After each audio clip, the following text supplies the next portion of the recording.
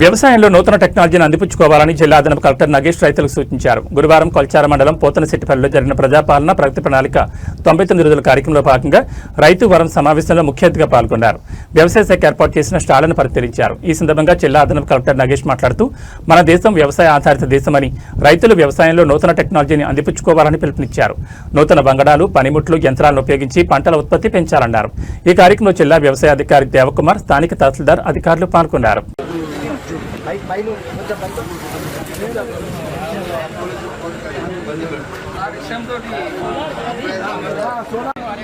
అది స్టార్ట్ కానీ ఆ దుమ్ము లేస్తే మనమే ఉడుకుతాం పక్కన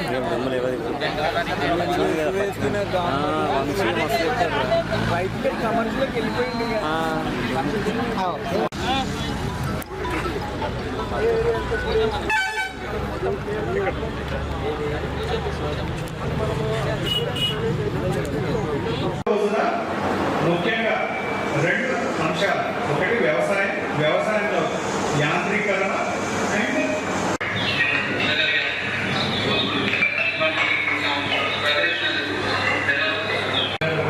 అప్లై చేసుకుంటున్నా సార్. నాకు అది వచ్చింది అమ్మాయి కూడా నేను స్పీడర్ పెట్టుకున్నా, నాకు స్పీడర్ కూడా వచ్చింది, దాన్ని స్పీడ్ చేసిన బాగుంది సార్. ఎందుకంటే మంచిగా పని చేస్తుంది. ఇటువంటి పథకాలు ప్రభుత్వం ఇంకా తీసుకురావాలని ఆశిస్తున్నాను సార్. ఎరువులు వాడాలి అని చెప్పి, అంతేకాకుండా అంటే ఇంటిగ్రేటెడ్ న్యూట్రియంట్ మేనేజ్మెంట్, సమగ్ర పోషక యాజమాన్యం పాటించాలనే ఉద్దేశం చెప్పడం జరిగింది. ఇంకా మన ఆరోగ్యాలు పాడైపోతున్నాయి. ప్రతి ఒక్కళ్ళు అంటే మనము 50% మంది అనేక రోగాలు, ముఖ్యంగా క్యాన్సర్ బారిన పడుతూ ఉన్నాం. ఎందుకు అని అంటే మనము పొద్దున బంద్ చేసుకొని నైట్ పని చేస్తున్నాం.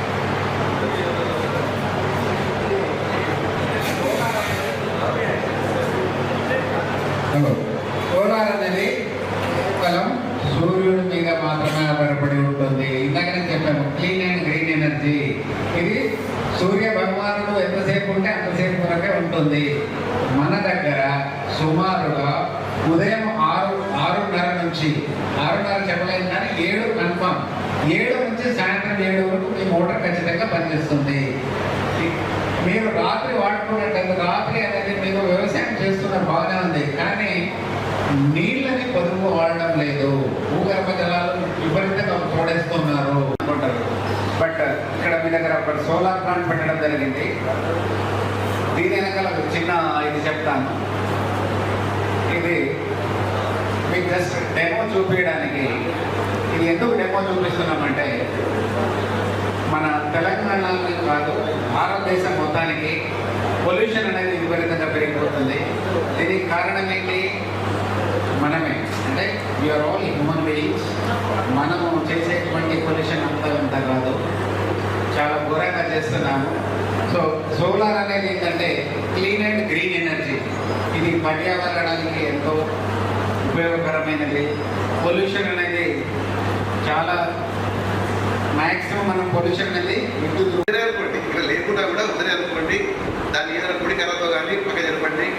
దొరకని ప్రమాదం షాక్ ఉంటే కూడా వాళ్ళు వెంటనే టచ్ చేయకుండా వాళ్ళని ఫస్ట్ ఆ వైర్ సపోర్ట్ దూరం చేసి దగ్గర ఉండి వాళ్ళు సిపిఆర్ చేసి వాళ్ళకు ఊపిరాటం చేసి కొంచెం ఫ్రీ చేస్తే వాళ్ళకు కూడా ప్రమాదం తగ్గే అవకాశం ఉంది. ప్లస్ మనం చాలా మంది మనం ఏం చేస్తామంటే పొలం పని చేస్తున్నప్పుడు చేతి పచ్చి ఉంటుంది, దాని స్టార్టర్ ఆఫ్ చేస్తూ ఉంటాం. మధ్యలో మనము ఆ తడి చేతితో స్టార్టర్ టచ్ చేయడానికి 2.5 కోట్లు సబ్సిడీ మనకి ఇస్తుంది. చిన్నపడ కాదు, 2.5 కోట్లు మనకు సబ్సిడీ గవర్నమెంట్ మనకు ఫ్రీగా ఇస్తున్నది. ఇప్పటి వరకు ఈ స్కీమ్ పెట్టి మనకు 2 ఏళ్ళ సమస్య అయింది. మార్చ్ 20 ఫార్మల్ స్కీమ్ యాక్షన్ అయింది. ఒక్క మన డిజైన్కే, అంటే మన డిజైన్కే 35 కోట్లు మనకి గవర్నమెంట్ మనకి ఇచ్చింది. మనకు చాలా పెద్ద అమౌంట్ ఇది. గవర్నమెంట్ చాలా మనకు ఆదుకుంటుంది. వాస్తవానికి ఈ అమౌంట్ పేదవాళ్ళు ఇంకో రకం వాడుకోవచ్చు, వేరే దానికి దూరం వాడుకోవచ్చు, పిల్లల ఎడ్యుకేషన్ వాడుకోవచ్చు. కాబట్టి మనకు మంచి అవకాశం ఇది. రేపు కనుక ఎక్కువ వాళ్ళు కనుక ఆదిల్ స్కీమ్ వచ్చేస్తే మనకి ఇంకా ఎంత వస్తుంది, మనకు ఇది ప్రస్తుతానికి మిగులుతుంది, ఇంకా ఎక్స్ట్రా వస్తుంది. మనకు మంచి స్కీమ్ ఇది. ఉన్నప్పుడు ఇబ్బంది పడతారు, మన ప్రాణాలు పడిపోయిన సంఘటనలు ఉంటాయి. అలాంటివి స్ప్రేయర్స్ ఇప్పుడు స్ప్రేయర్స్ కూడా వచ్చాయి. ఇప్పుడు మనం చూస్తాం డ్రోన్ స్ప్రేయర్స్. అంటే ఒకటే స్ప్రేయర్ ఒక 5 నిమిషాల్లోనే ఒక ఎకరం చల్లేస్తుంది. అదే ఎకరం చల్లాలంటే మనం గంట పడుతుంటాయి, దానికి చాలా ఇబ్బంది పడుతుంటాయి. అది మొహం తిరుగుతుండే ఆ మందులు, ఆ పెట్లైతే కావచ్చు, పేషెంట్ కావచ్చు, అనారోగ్యం అవుతుంటాయి. మన గాలి ద్వారా, మన ముక్కు ద్వారా మనం పోతూ ఉంటాయి. ఇలాంటి ఇబ్బందులు ఎదుర్కోకుండా మనం ఆటోమేషన్ ఏ విధంగా ఉపయోగించాలని చెప్పేసి వివరించాను. దాని డ్రోన్ ఏ విధంగా పనిచేస్తుందో కూడా మీకు చెప్పడం జరుగుతుంది. అదేవిధంగా సోలార్ సంబంధించిన ఇష్యూలో కూడా మీకు చెప్పడం జరిగింది. సోలార్ మనం ఒక్కసారి యూజ్ చేసినట్లయితే తను చెప్పారు 80 సంవత్సరం వరకు దాని మెయింటెన్స్ ఉండదు.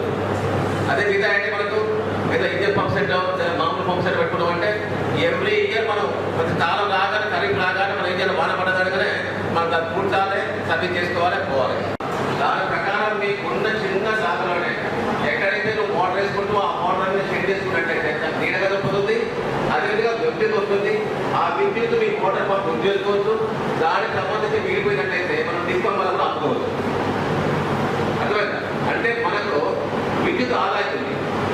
విద్యుత్ నీకు ఆదాయం కాబట్టి నీవు ఖర్చు పెట్టి తిరిగిపోయినట్టే. ఏదైతే ఖర్చు నీకు తగ్గిపోతుందో అది సంపద బాగుంటుంది. గత 4 రోజులుగా మనం రైతు వారోత్సవాలు చేసుకుంటున్నాం.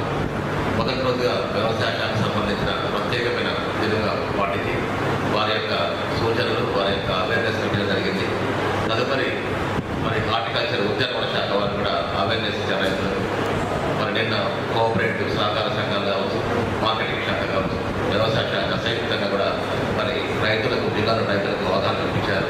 మన గౌరవ మంత్రివర్యులు పంపించారు, గౌరవ ముఖ్యమంత్రి సూచనల మేరకు. మరి దానికి మనం ప్రౌడ్గా ఫీల్ కావాలి.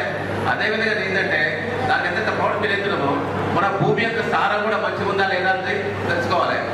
భూమి సారం ఒకే విధంగా రోజు మనం బిర్యానీ తింటే బాగుండదు. వ్యాపారం రోజు ప్రతి చేసి వస్తుంది బిర్యానీ కూడా. అదే రోజు కూడా మనం కాకాయ కూడా తినలేము. అవునా? అంటే మార్పు చేయాలి.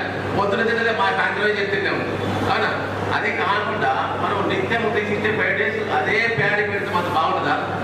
భూమిని మనం జాగ్రత్తగా చూసుకుంటే అది మనం చూసుకుంటుంది.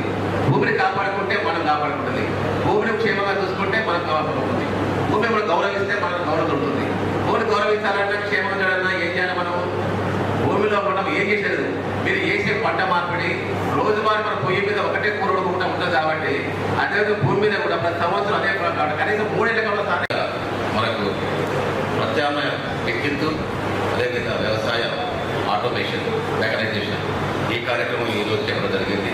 ఇంటి కార్యక్రమం ఈరోజు కోటంశెట్టిపల్లి గ్రామంలో, తులచారం మండలంలో మన రైతు విత్తనం జరుగుతున్నందుకు ఈ కార్యక్రమం విచ్చేసిన నాతో పాటు హాజరవుతున్న ముఖ్య అతిథి డిఓ గారు, అదేవిధంగా హెడ్ డిఓ గారు, మరి డిస్కమ్ ఎస్టీపీసీఎల్, డిఈ ఆపరేషన్స్ టెక్నికల్, స్థానిక తహసీల్దారు, మరి సర్పంచ్ గారు అర్థంగా జరుగుతున్న ఈ సభ, అదేవిధంగా మీ ఏడీ, మరి ఏఈలు, ఏఓలు, అదేవిధంగా రైతులు, రైతు సోదరులు, రైతు కార్మికులు, మన మీడియా మిత్రులు, గ్రామస్తులు అందరూ కూడా హృదయపూర్వక నమస్కారాలు.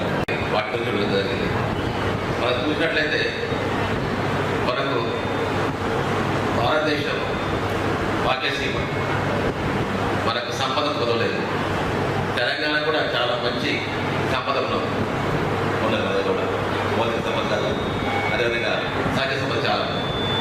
ఇంతమంది మన పాటను జయ జయ హో తెలంగాణ, జనని జయ కేతన మరి ఆ పాటలో ఉన్న దాని యొక్క చూసినట్లయితే కూడా మన తెలంగాణ గొప్పతనం అవునని తెలుస్తుంది.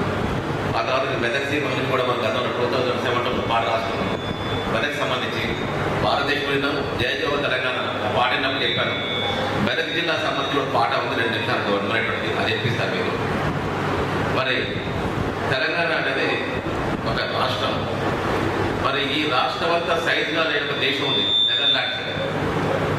నెదర్లాండ్స్ ఈవెన్ తెలంగాణ రాష్ట్రం అంతా కూడా లేదు.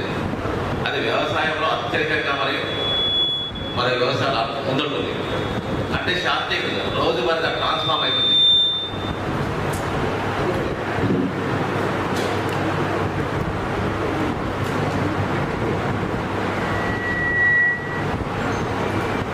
దేశం మారుతూ ఉంటుంది. నిన్న ఇవాటికి మారుతుంది. నిన్న ఉన్నట్టు ఎట్టి పరిస్థితి ఉండదు. ఈ రోజు ఉన్నట్టు ఈ క్షణం ఉన్నట్టు కూడా మరో క్షణం ఉండదు. నిత్యము మనం మార్పుకు గురైకుంటాం. నీకు తెలిసినా తెలియకుండా ఆ మార్పులో ఉన్నా లేకున్నా నీలో కూడా మార్పు దొరుకుతుంది. నీలో కూడా మార్పు దొరుకుతుంది కదా. ఏం మార్పు దొరుకుతుంది? ఒక క్షణం కోల్పోతున్నాం, అదే మార్పు. ఒక క్షణం అభివృద్ధి అదే మార్పు. కాబట్టి ప్రకృతిలో ప్రతి దగ్గర కూడా మార్పు దొరుకుతుంది.